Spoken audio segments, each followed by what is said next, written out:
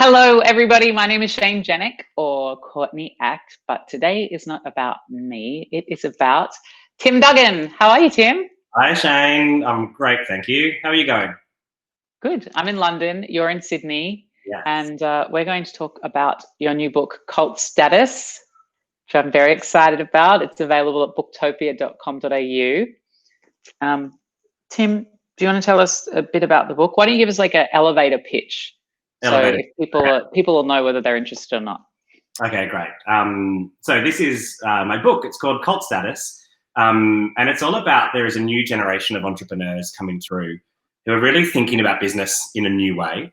They're realizing that you can balance purpose and profit together. They're building really strong communities around them.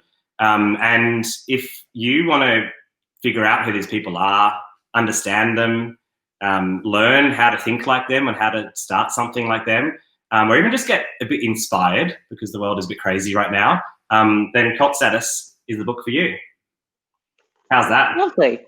That was good. What floor did we go from and to? Were we going up or were we going down? I reckon elevator. Level 10 then on the elevator. Okay. So, Tim, do you want to tell us a bit about, this book really is like such a great handbook. I remember reading all sorts of business books in like the 90s and 2000s, and this feels like a really updated version that is for anybody who's, I guess, interested in starting a business or a brand, but doing it in this sort of modern context, like you say, between impact and profit. How did you tell us a bit about your background and how you came to write this book? Yeah, so like you, I love like business books and kind of reading about them, and I've read almost every business book that's out there. And what I found was that a lot of them are amazing, and I've learned so much from them. But there is just something happening at the moment. It feels like we're kind of on the precipice of a whole new generation of people coming through. If I hear the word unprecedented one more time, I think I'll scream. We're in a pretty crazy time right now.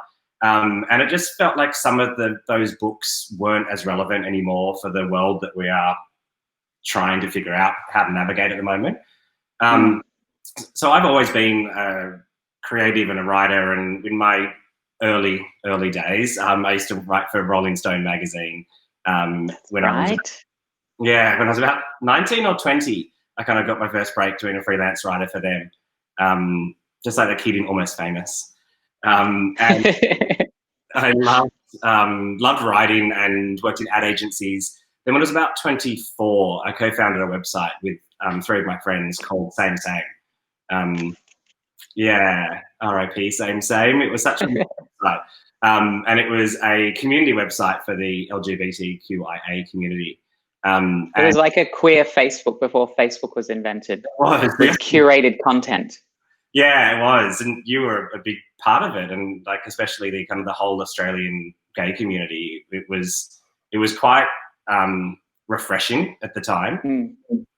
I think street press and magazines kind of had their place, and then this new thing called the internet came along, and it was a way for people to connect and meet other people. And so we ran the Same for 9 years, and then on-sold it to, at the time, was one of the largest gay lesbian publishing houses in the country. Unfortunately, they went under a couple of years after that, and Same sadly went with it.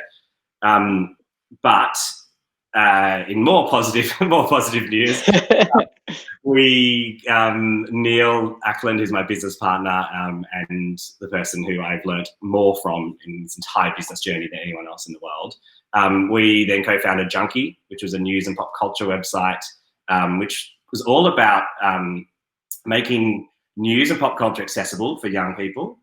And we tried to just explain it in language that people would understand, and kind of sometimes talk about big, important issues, sometimes talk about cat videos and fun stuff, but do it all in a really entertaining way.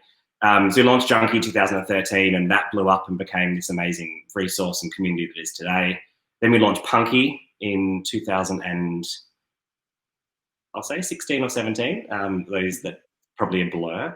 And Punky was our Gen Z title, which people might know from things like do recaps of shows like The Bachelor and The Bachelorette.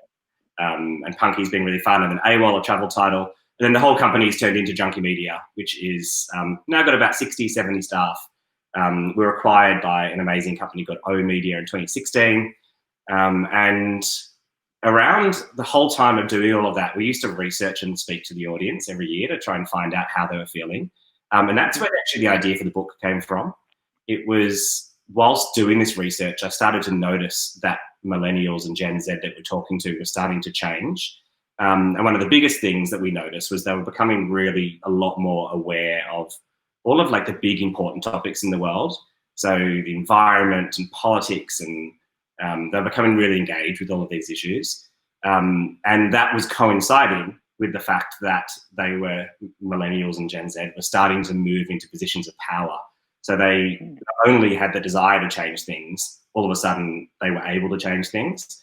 And that's where the idea for Cult Status came from. Cool. I loved reading Cult Status. And I mean, I read it because we're friends and I got an early copy. But I as I was reading it, I was surprised at how much I got out of reading it. And I really enjoyed the process. I mean, you and I have known each other, I don't know how many years. Definitely lots. Less than 20, more than 15. 15, yeah, 15 to 20, something like that. Since the heyday of Sydney's gay and lesbian community. Not that it's not, maybe the clubbing and bars and venues and all that fun stuff. Yeah, we've had a wonderful friendship and work relationship. Tim used to throw these guerrilla parties called Fag Tag, where the queer scene was sort of familiar with having the same bars day in, day out, and they had, often been run down and not invested in as much as, the straight bar equivalents. And so Tim decided to throw a party, take over a traditionally straight bar, just using a mailing list. Like, started with you just sending out an email to friends, and then this mailing list grew and grew and grew into this huge, amazing, like, event once a month at one stage, once a quarter. It's funnily enough, that was 15 years ago, and it's still going in summer. When the sun's out and when I feel like it, I send an email out to the mailing list and say, "Hey everyone, let's turn up at this venue here." And people, like the Opera Bar, like beautiful Sunday afternoons at the Opera Bar, just swarming with homosexuals. Yes. And I think I actually talk in the book around how very strangely that email that I sent to some friends when I was 22 or 23 saying, "Hey, let's go to a different venue instead of the ones we normally always go to." That just led me on this path to Same, and then to Junkie, and then to Punky, and then to AWOL, and where we are today. And then I kind of like love the looking back and seeing how all the time connected. Yeah. And then we were working together at Disgraceland, which was a Friday night club night that sort of, I guess, fell on from Fag Tag in a way. And it was a little a highlight, I think, for both of us and for the Sydney queer scene, with nightlife and parties. And that was like a wonderful few years that we produced nights and parties. We had Lady Gaga come and perform. God, that was fun. Lady Gaga.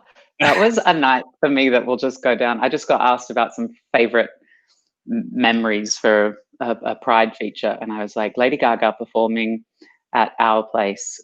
340 people capacity. Lady Gaga turns up with 9 dancers, and just like the whole club was heaving. It was epic. 3,000 people on the street or something like that. Tweeted out early in the day. Speaking of Cult Status, Lady Gaga definitely has done that. Yeah. Interestingly, I think what I've really enjoyed in writing the book and in speaking to people who have read it now is that the definition of cult status is anyone that creates a business or a project or something that has a really strong community around it. So, at the time we didn't realize it really, we just did it, but Nevermind and Disgraceland and the stuff that we did with Steve and the whole family there, that had this kind of like cult status. We used to joke that it was the Studio 54 of Sydney. It had this really kind of like amazing community around it that I still feel now when I run into people in the street. And Gaga kind of has that, and she kind of that whole Little Monsters community that she's built. Yeah.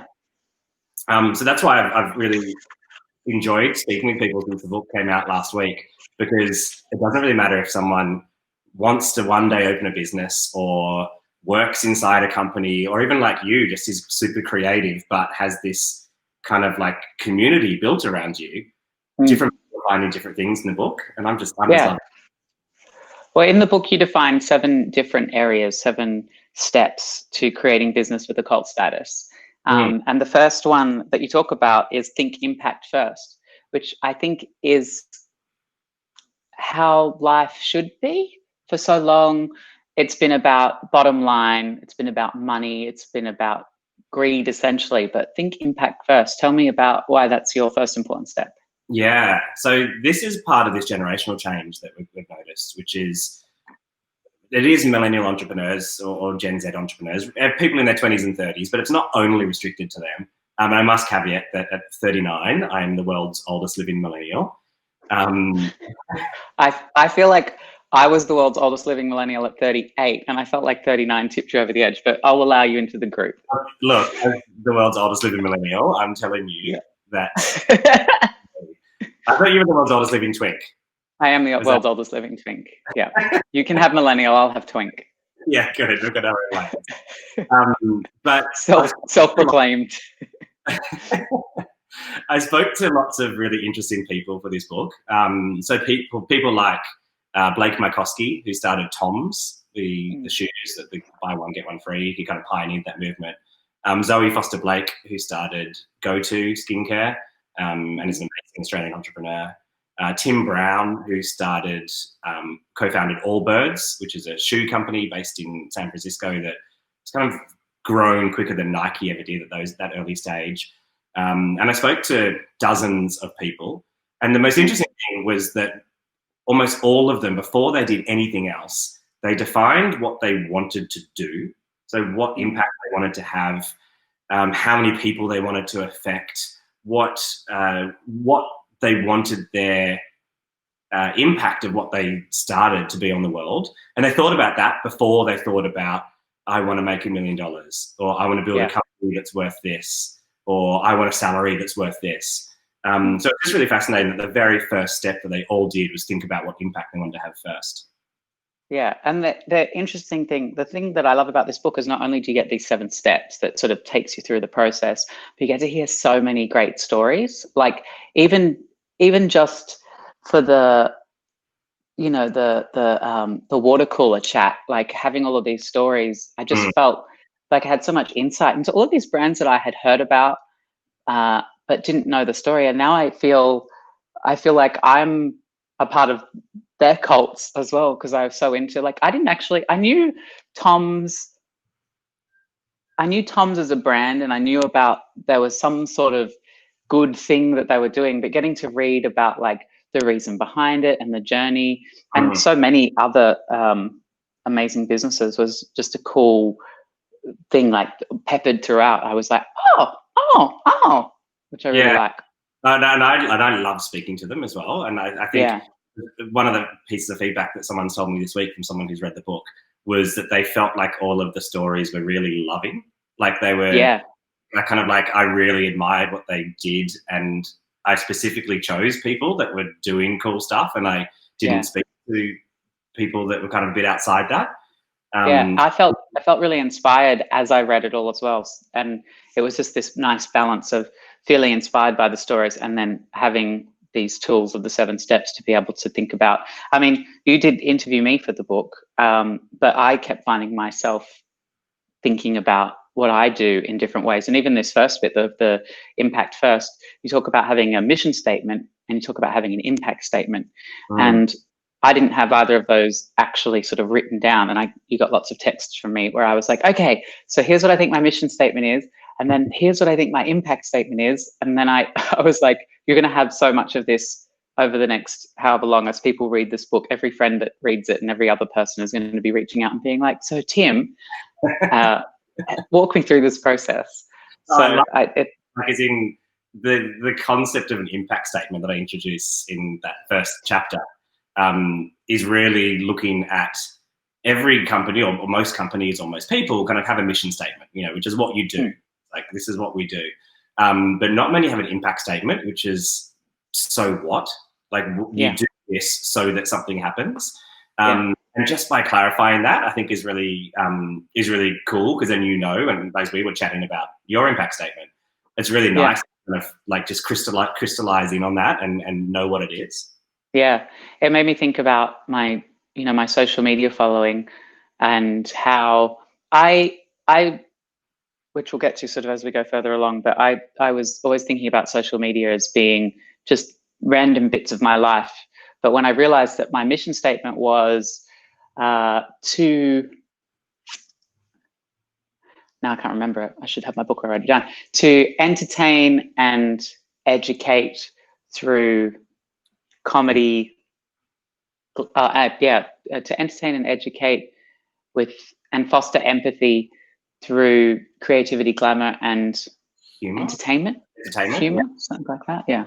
Look, And I only wrote it last week, so I haven't fully. So and then my impact, and then thinking about my impact statement was, well, those things are really important to me. I do love the educational aspect with the entertainment of what I do, and so the impact that I want to make, when thinking about my mission statement, really helped to shift my perception of how I used my social media.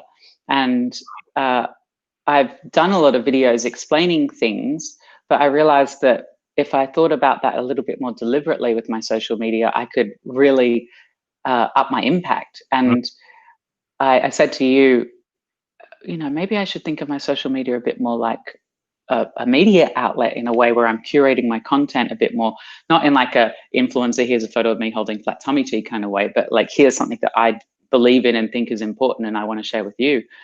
And it's really got me thinking about how I can do more with my social media following. Yeah, I love that.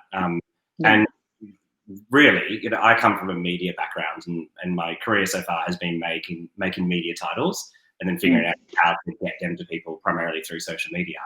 But every single person who's watching this, because you're watching this on Facebook, is a media channel. It doesn't matter if you have 10 followers or millions like you do, Shane. Everyone has almost a responsibility to kind of figure out, okay, I've got this platform, how can I use it, or how can I best use it? And start thinking of yourself as a mini media channel. The sooner you realize that's what you are, the sooner you can actually use that to try and live out what your impact statement is. The next thing in the book is question everything. Yeah, so question all the small things is really about the idea that sometimes it could be a bit daunting trying to think, I want to change something, I want to launch something, I want a project to do. It can be like there's all of these like big important things to think about. And one of the interesting things was almost everyone I spoke to out of those entrepreneurs, they actually just thought about everything, particularly all the small things, as just, oh, why is that like that? Why is that being done like that? And they've got this real curiosity to them. So an example of that is Allbirds, that the brand that I mentioned before, is a shoe brand that is, where possible, uses all recyclable, environmentally conscious material. So the shoes are made from New Zealand merino wool, and they looked at the soles of shoes, in exercise shoes, in runners, that are normally made from a petroleum-based product called EVA. And they're like, well, why is it like that? And so they developed a new type of sole, which is made from sugarcane. And they're big things, but even small things. Like I went over to San Francisco and went into their store, and you sit down in your chair to try on the shoes, and the chair moves slightly forward and rolls. And I said to the founder, Tim, who was there with me, I was like, wow, this is kind of cool. Why does it do this? And it's like, well, so it's easy to try your shoe on. And then I said, oh, cool, I'm a size 8, can I have a shoe? And instead of someone running out the back and into the storeroom where, they get a shoe and they kind of hurry back, he just went over to the wall and took out one of the shoes that had kind of been built, the shoe boxes that have been built into the wall. So just the idea of questioning everything and asking, why does it have to be like this? Totally. I mean, I'm all for questioning convention. Yes. It makes sense to, pardon? That'd be one of your mottos, to question things. Yeah, totally. And so it makes sense to me.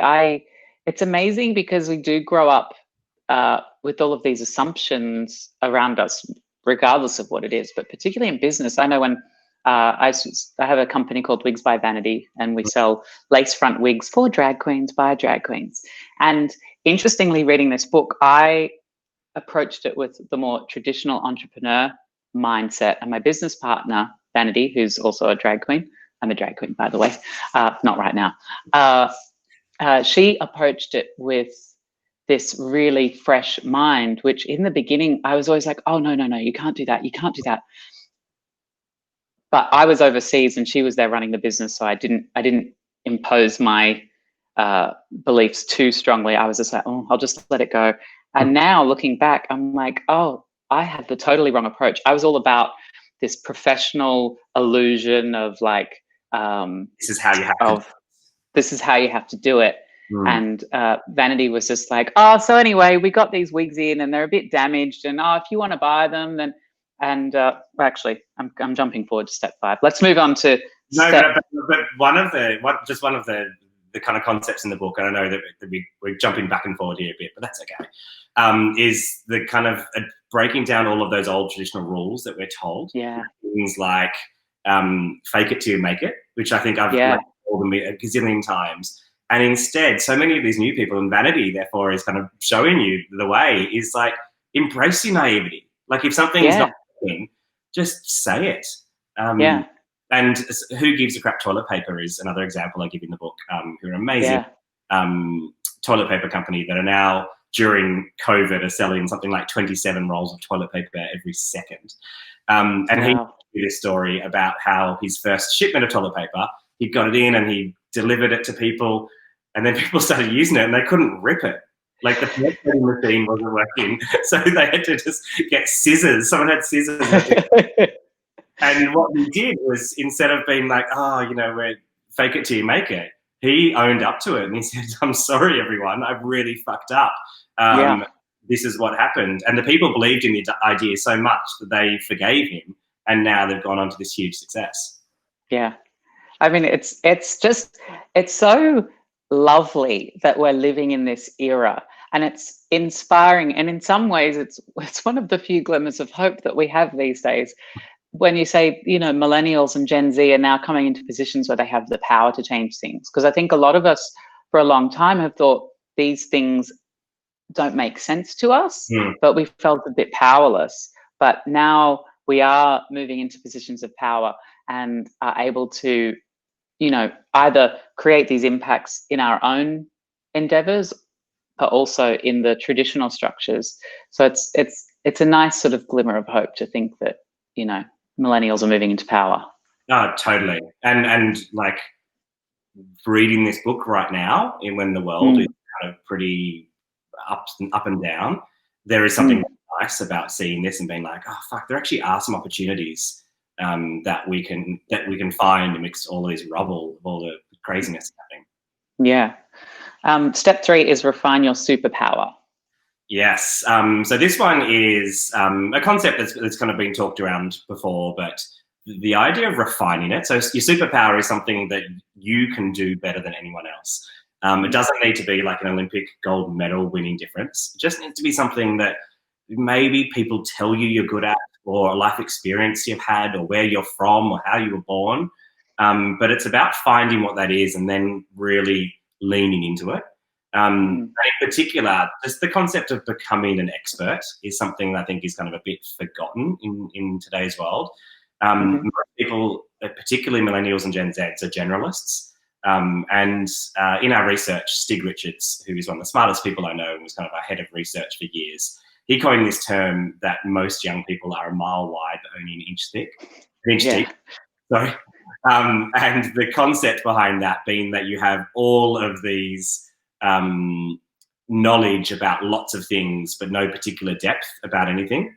And so there's this idea of, well, if you want to succeed, kind of choose something that you're really interested in and go deep into it and really understand it, become an expert, and really refine what that is that your superpower is.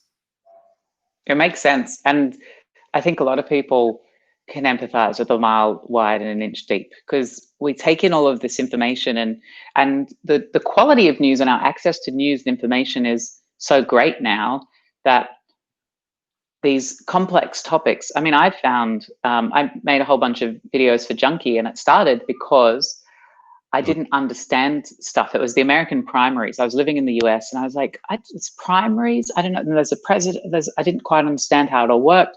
And I sat down one night at your place, actually. I think just on this couch here. Yeah. Yeah. And just tapped away doing all of this research. And then I was like, I think I just said, what do you think about this idea as a video? I can't remember whether you asked me or I asked you. I think I asked you. Yeah, and you were like, oh yeah, let's do that. And so we created a title called American Act, a video series called American Act. And it was where I explained American politics or topics to Australians. But the weird part is that I think way more Americans got the benefit out of it. I had friends, especially younger friends, who I didn't take as being particularly political, and actually some American friends who I took as being very political, who were like outspokenly so, who messaged me and were like, oh, I actually never understood how the primaries worked or why, and your 4-minute video just explained it all, and I felt smarter because of it. Yeah, and those videos, I think they got millions of views, and they were so informative. I think that's what people. And it was the last presidential race, which we're now in again. But I even went to a Trump rally and interviewed Trump supporters in drag, which that was quite something. It was quite something. Step 4 is define your altar. Yeah, so this has got to do with, if you want to create a cult business, you need to have somewhere where people can actually come together and connect with each other and find meaning and really just become bigger than they are as individuals. And once again, the reason why this is really relevant to millennial and Gen Z entrepreneurs is that in the past, an altar for a business needed to be somewhere physical. So if you were a company that sold things, it would be a store or it would be an event that you go to. But with the rise of internet and things like Facebook groups and message boards, the altar can now be a digital space. And for this one here, I had really fascinating chat with a guy called Chip Conley, who is on one of the founding board members of, is on the board member of Burning Man, and worked at Airbnb, and really helped them create this physical altar of places where people could all come together. I kind of found this really fascinating. And part of the having an altar together is about having common language and common rituals. And this is part where common unity. Common unity. Community. Oh, I bet you did that. And by when you share a similar language and you all do similar things, which is what rituals are, just repeated actions that people can do together, it's amazing how much that fosters this sense of common unity, and really makes brands and businesses a lot stronger. All right, so next we've got step 5, drop the bullshit. Yes. Now this is the chapter that I interviewed you for, Shane, because drop the bullshit is all about the need to be authentic and to cut through the crap, and the fact there is so much noise, in particular on social media. Businesses and companies and people that are winning are the ones that can connect with people and kind of just cut through all of the bullshit and be real. And this, we spoke about your experience, and how you kind of have been able to use social media as a way of kind of showing the real you, which I think you really needed to do. Yeah. Yeah, I mean, it's amazing how powerful social media is, and it's amazing how it can be used for good or for evil, because there is so much bullshit out there. And I don't know, you can smell it a mile away. And sometimes I see, influencers who have followers, and I'm just like, what are you people watching? Like, this is bullshit. Yeah. And then you see other influencers who just have such authenticity and such a genuine nature. And I mean, I think, you know, for me, Instagram stories weirdly were such a great way to drop the bullshit, because when doing YouTube videos or other things, there's so much importance placed on like editing and getting it right. And then Instagram stories were just like these little moments that you could share. And I came to really lean into just the genuine nature of it, and not caring about how I looked or not caring about if everything was perfect, and just having these little 15-second bites, including my sneezes. Yes, I think I mentioned your sneezes in the book. Yeah, you did mention my sneezes. Yeah. I started Instagramming my sneezes. I got to London and I had horrible hay fever. And I've actually just learnt that the maximum number of stories you can have in a highlight reel is 100, because I capped out my sneezes highlight reel and I had to start a sneezes 2020 reel. So, there you go. So drop your bullshit and start sneezing. Start sneezing. Some people, I mean, sneezes are divisive. Some people are like, why do you keep sneezing? And I'm like, well, because I keep sneezing. I don't know. Well, especially in this day and age, Chims, you probably shouldn't be sneezing in public. No, well, I haven't been sneezing in public. I've been sneezing at home. And if I am sneezing in public, they're these sneezes. Or into your elbow? Right. Yeah, I should be doing it into my elbow. Yeah. Or straight into your mouth. I actually sneezed the other day. I left home and I sneezed 3 times into my hand, and then I was like, oh. And I turned around, I came back home and like opened the door with this hand and washed my hands, and then went back out again. Not want to then get into Uber or public transport with that hand. Yeah. Number 6 is lead from the middle. Yeah. So what this one is about is there's a lot of books on leadership and on how you're meant to lead a company. Are you meant to lead from the front, which is almost this like antiquated militaristic kind of like I'm the leader, or you're meant to lead from behind, which people like Nelson Mandela has this had this analogy, which was around, you know, you should be almost like a shepherd and your sheep kind of go ahead of you and you're just leading from behind. And interestingly, what I found with most of these new businesses is, especially given the communities that they're building around them and how strong they are, the most successful ones lead from the middle.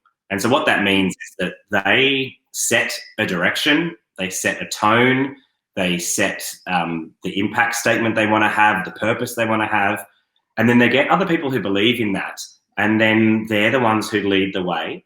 And so these people, there might be people who have businesses or people who work within a company, or even people like you that have a community of people on social media who follow you.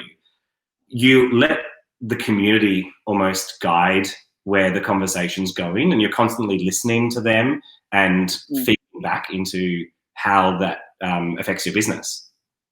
I mean, it makes sense even from a managerial standpoint that you're like, what do you think? What do you think? You know, set the tone, see how people feel about it, and then say, okay, let's walk forward together on this, and allow people to do what they're good at. And it doesn't have to be so sort of centered about one person. It can be, it just makes sense to lead from the middle, I think. Yeah, I think the reason, I think that's, you know, because you are an elder millennial, why that's one of the reasons why you think it makes sense. But to a lot of people, it's really scary, the idea of, well, I kind of, you need to hand some of the control over to other people. I mean, in the book, I talk about the example of Reddit in 2015. Oh, yeah. Yeah, when the community essentially revolted, and you give power over to people, and then when they don't like things that you do, they've got the ability to kind of almost like shut the whole thing down, which is what they did in 2015 and led to the resignation of the CEO at the time, Ellen Powell. I remember all of that happening.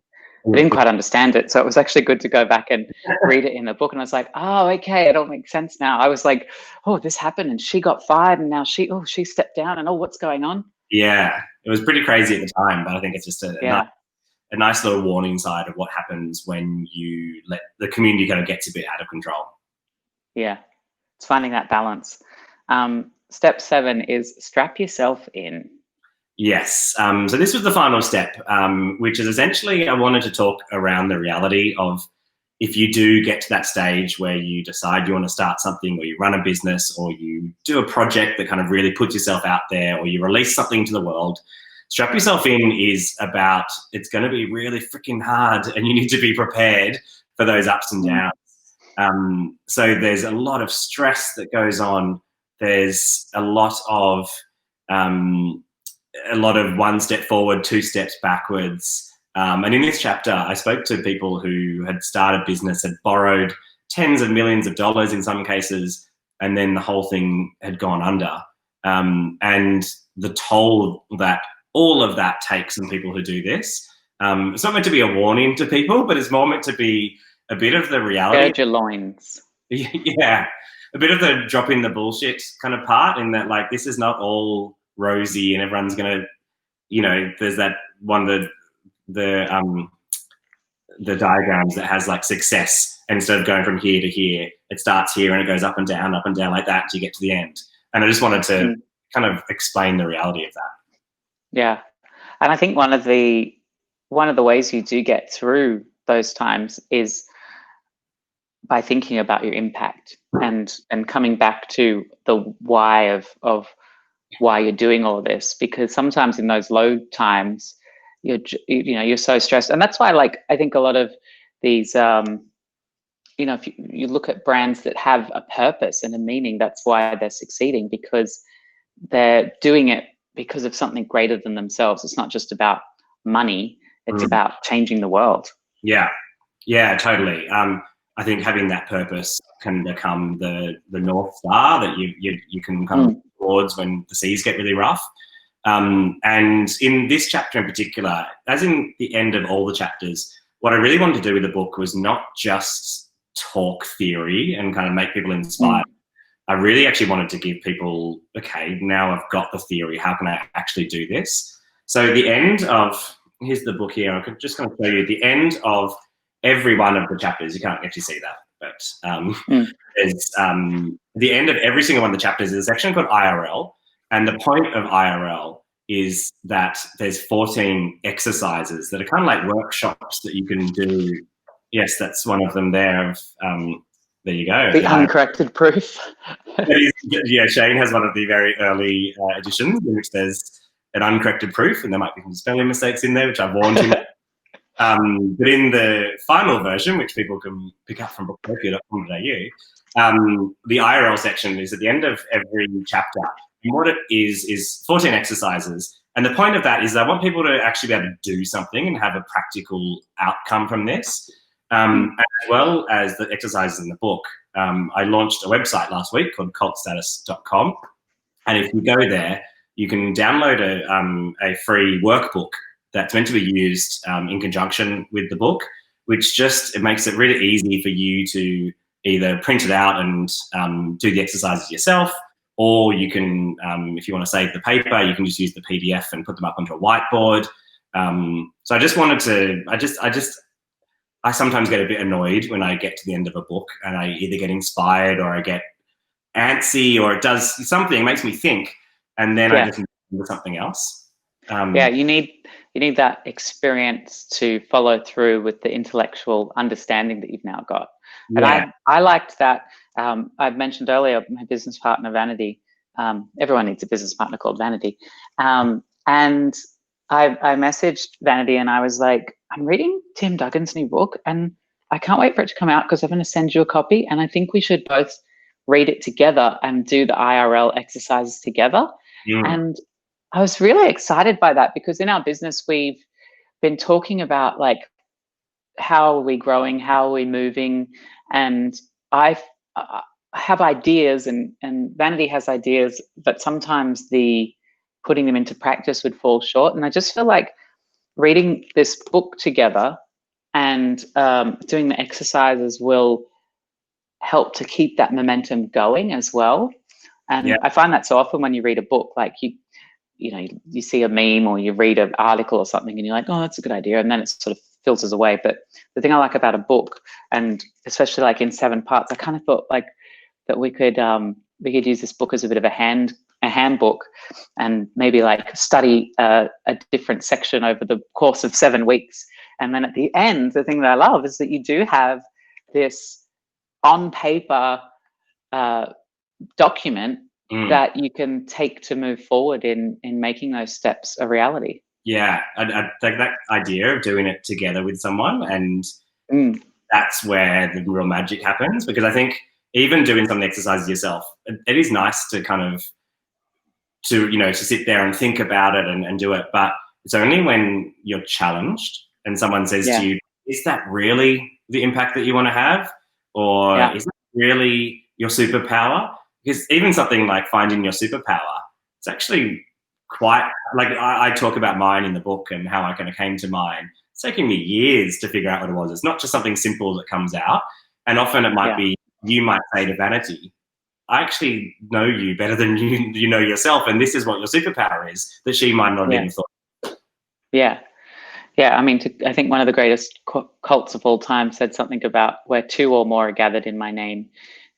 There's always a sort of like exponential experience. And I do think that even if it's with your friends or it's just nice to do these exercises with people. I mean, me just texting you and talking through stuff, I was like, oh, that's so great. And it's the fact that there's these practical online resources to go to is really good. Now you've been writing this book and putting it all together during these unprecedented times that you mentioned. What's that been like? It was so, funnily enough, I wrote the book for about the 12 months leading up to when COVID first hit.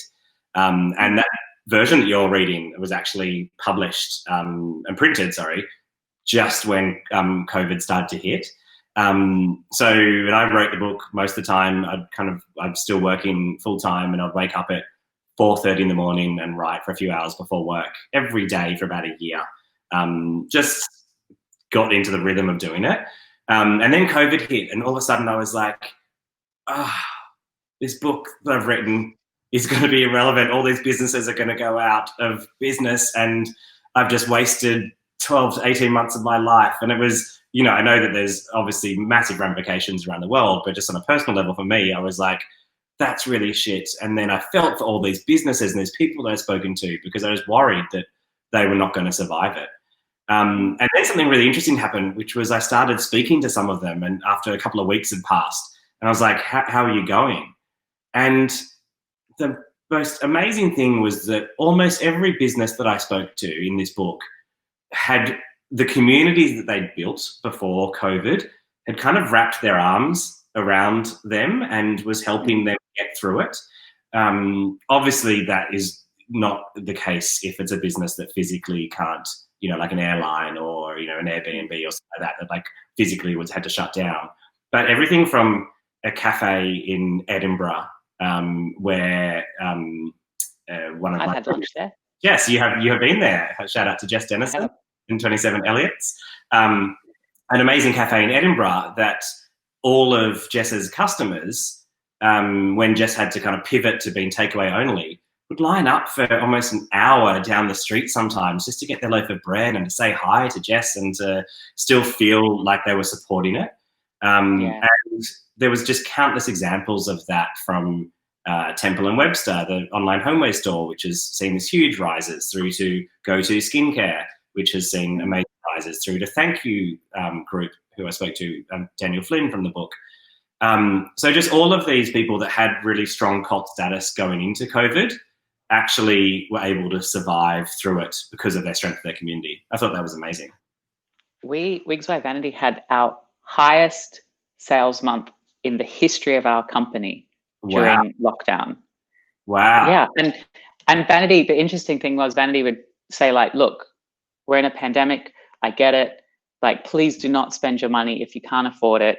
But we have these new wigs, and people, I don't know, people wanted to do drag in lockdown. I'm not quite sure, but we had our highest. Yeah. The 10 plus years that you and Ben have been doing that, building a community of people, and everyone probably knows, Vanity's iconic Instagram videos and the community that you and Ben have built around. Yeah. It's just important during tough times. Yeah, totally. It's really interesting, and I think that Yeah, I was really glad that I got to read Cult Status and just apply it all, because as well, I think often, I mean, you talk in the book about how an individual can be a brand or a business, and not to sort of dehumanize the person and be like, I'm a brand, but there are certain realities of, you know, you can have impact if you're an individual, and you can get something from this book. I just really enjoyed thinking about all of those aspects and having them listed out. And I think that people who read the book will really appreciate and enjoy that too, whether it's an impact on their, you know, little brand, their brand that they haven't started yet, their business that's been going for years. I just think there's something that just really helps to get people's cogs turning in their brain about how the world is doing business in this new decade that we're in now. Or even just to dream. Like, I think every, you know, a lot of people might never start a business, but just to kind of do this, and as you said, read some of these stories, and you know, my mum has read this book and doesn't want to start a business, but I went over the other day, and her and dad had these beautiful new Allbirds shoes on that mum was like, in Cult Status, and I love them. And then my dad now can't stop telling me how comfortable they are. You're an influencer, Tim. But more just you know, obviously, you know, they've got to like it. They're my parents. But the fact that the book is not written for my mum, but she's still reading it and is discovering all of these new, interesting people doing cool stuff. And she's like, it's just as relevant for her as it is for a 17-year-old leaving school who wants to start the next big company. Yeah. Yeah, I totally think that the fringe benefit of this book was that it's a book of amazing stories and amazing journeys as well. Yeah. Well, we've talked through the book. You can get it at booktopia.com.au. You can get the corrected proof, not the uncorrected proof as I have. Yeah, that's the difference. I got some lovely quotes on the cover from Naomi Simpson, the founder of Red Balloon and on the Shark Tanks. Read me a favorite quote on the cover. I'll read you my 4 favorite quotes. Okay. I'll read quickly. Naomi Simpson, who I just admire, has built such amazing businesses and done such amazing things. So Naomi said, we're at a point in history where we can create what we want the future to look like. This book is a roadmap to that future, which I just think was amazing. She really got it, that's what this book is about. And Osho Ginsberg, who you obviously know very well as well, and is just an extremely impressive guy. He has said that Tim has extraordinary insight into the evolving relationship between companies and the communities that they serve, which is just lovely that he's kind of really understood that there's that link between how a community interacts with a company is one of the big shifts that we're seeing.